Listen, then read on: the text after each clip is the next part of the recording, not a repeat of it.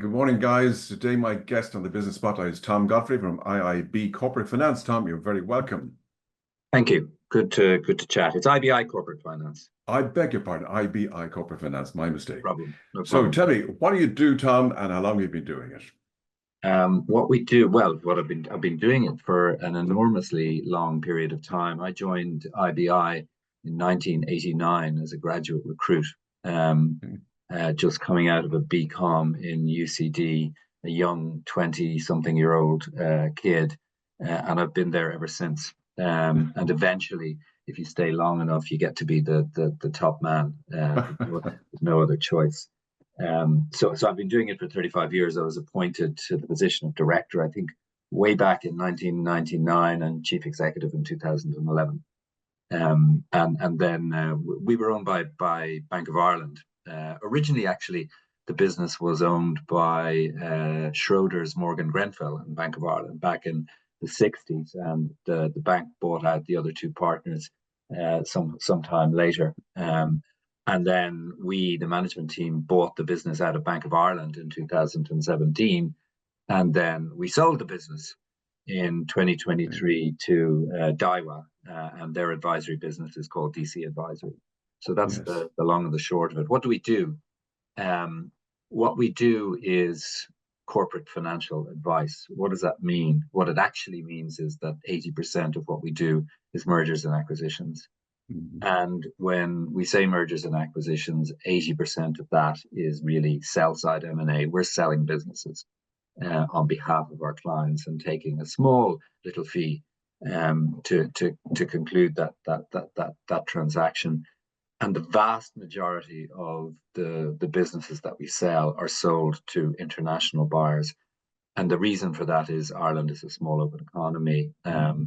Companies get to a particular scale, they become of interest to international buyers, and that's when we take on the mandate and sell them. So that's kind of what we do. But we also raise capital for businesses, either equity capital or debt capital, and we give strategic advice, and we advise on public company transactions as well. But the majority of what we do is private company transactions, and the reason for that is there's just a lot of decent private companies in Ireland, and unfortunately the public company market is shrinking all of the time, and what's left on the Irish stock market is very little, to be honest. So what makes, in a few words, what are the top three things that makes your offering special? I think we are recognized. I think what we do, we're recognized, I think, in the market as being excellent at what we do. So our heritage goes right back to that kind of London merchant bank approach to life. And so it's inculcated into people within our organization that you do everything right. It's always about hiring the right people, the best people, and making sure that the job is done to the maximum possible extent. And when I say that, we take a client right from day one through to the signature on the page. We don't depart from the client at any point in that journey. Some people take, for example, a sale mandate to the contract stage and depart, but actually we think there's significant value that can be lost or gained in contractual negotiations in relation to the sale or purchase of a business that only a good corporate financer can identify.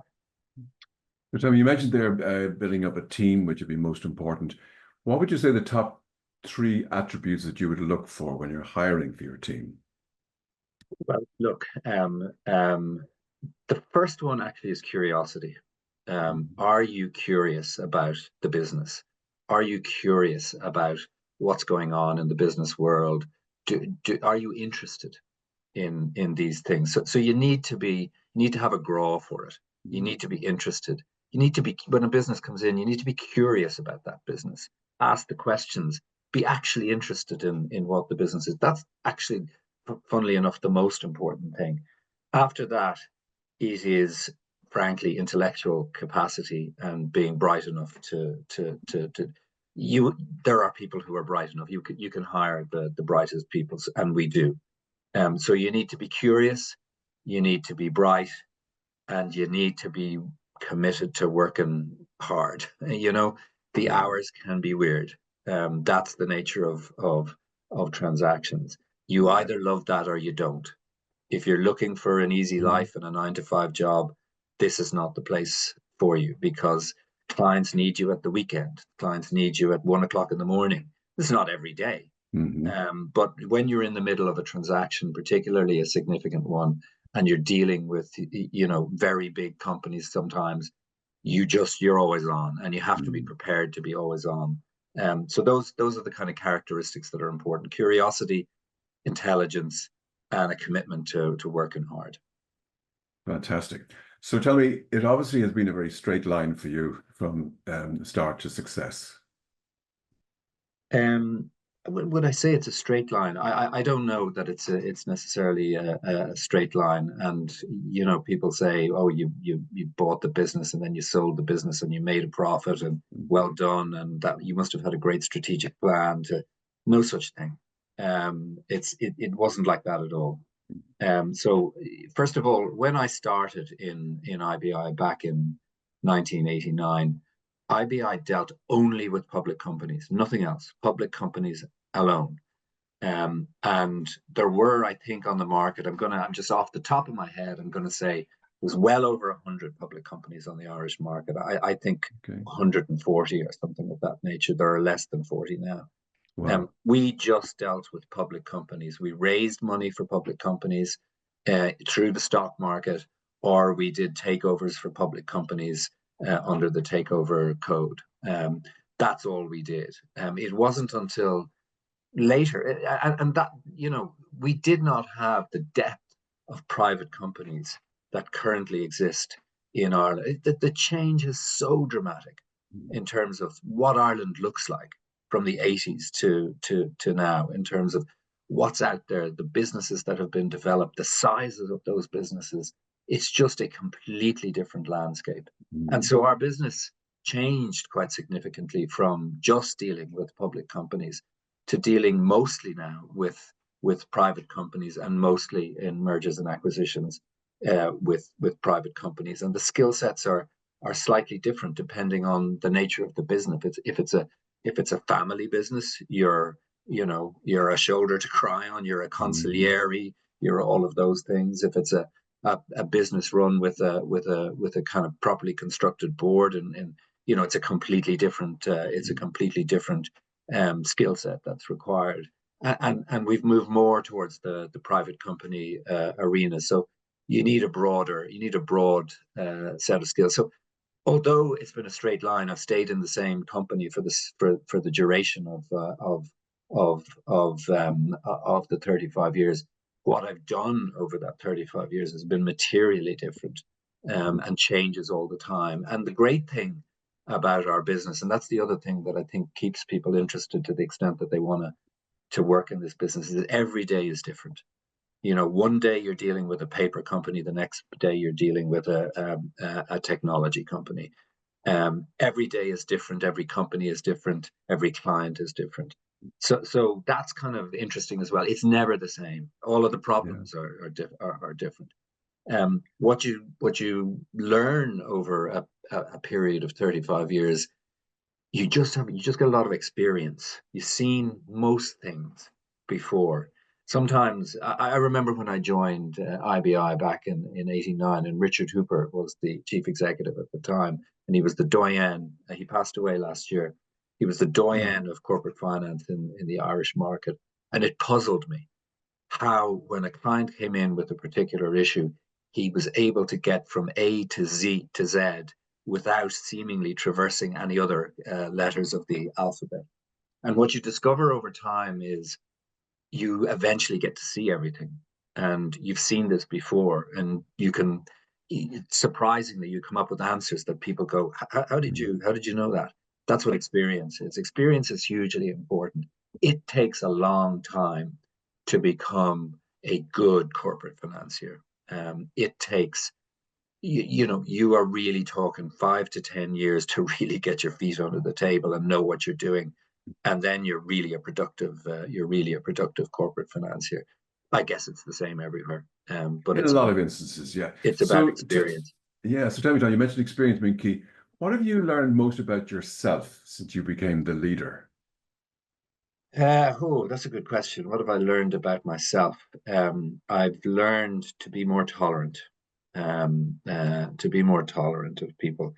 Um, um, yeah, I think over that period, I've understood that there's a softer side to being a chief executive, not just the driving the business hard, that there are people and people have their own particular issues and problems. And you've got to understand that.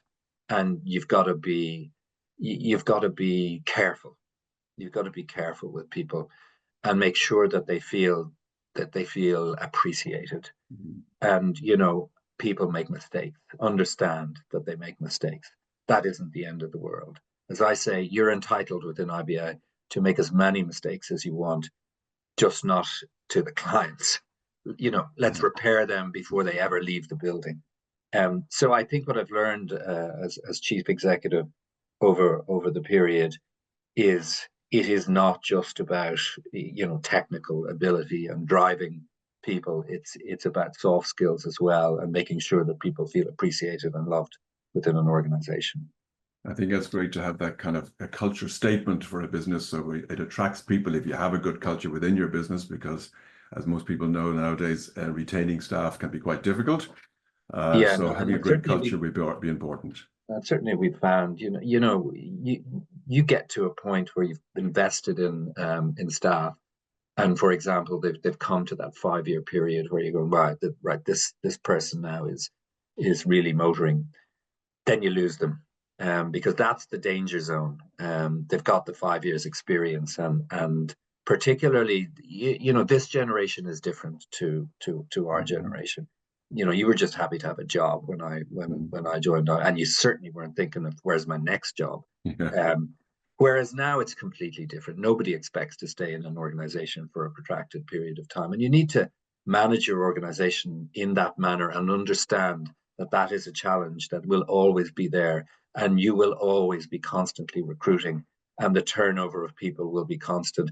And I say to people when we have our Christmas event every year, to wish everybody a happy Christmas, because I can tell you next Christmas it will be a different group of people. It Yeah. will be a different group of people that will be celebrating Christmas with, and Yeah. that always eventuates. So you got to understand that that's the nature of business. It makes it harder because you're managing more turnover, Yeah. but that is the nature of the world that we live in today. So tell me, where do you see the future of your industry going in the next, say, 5 to 10 years? And do you think technology is playing or will play a larger part? I think when it comes to, I think there are particular areas where technology will become more prevalent. Um, and really, it is in areas where there's a repetition of something. Mhm. So I think, for example, in the legal sphere, the likelihood is that technology will become an increasingly important component. I can see, we're repeating the same thing over and over again with respect to each transaction. I can see how that can be intermediated by proper technique. It's by no means anywhere near useful at this point, and we do have Copilot, but it's nascent. Yeah. But you do Yeah. recognize, notwithstanding the fact that it's nascent, that it will move at such a pace that in 2 years' time we won't even recognize it. I think, with respect to my business, this is always a people business. The challenges with respect to each opportunity or business that we deal with are different on each occasion, and they require, it doesn't have the kind of repetition that lends itself well to technology. But technology will be an important component of parts of what we do, but it will not. It won't disintermediate what we do. Yeah. It may disintermediate sections of the transactions that we're involved in. Because if you think about it, we're the puppet master on transactions. We sit above everybody. We sit above the lawyers. We sit above the accountants. We sit above whoever's doing due diligence. We're responsible for being the conductor of that orchestra. And you can see within that grouping areas where technology will become increasingly important in, for example, in accountancy and in law. But in we I think are not at risk.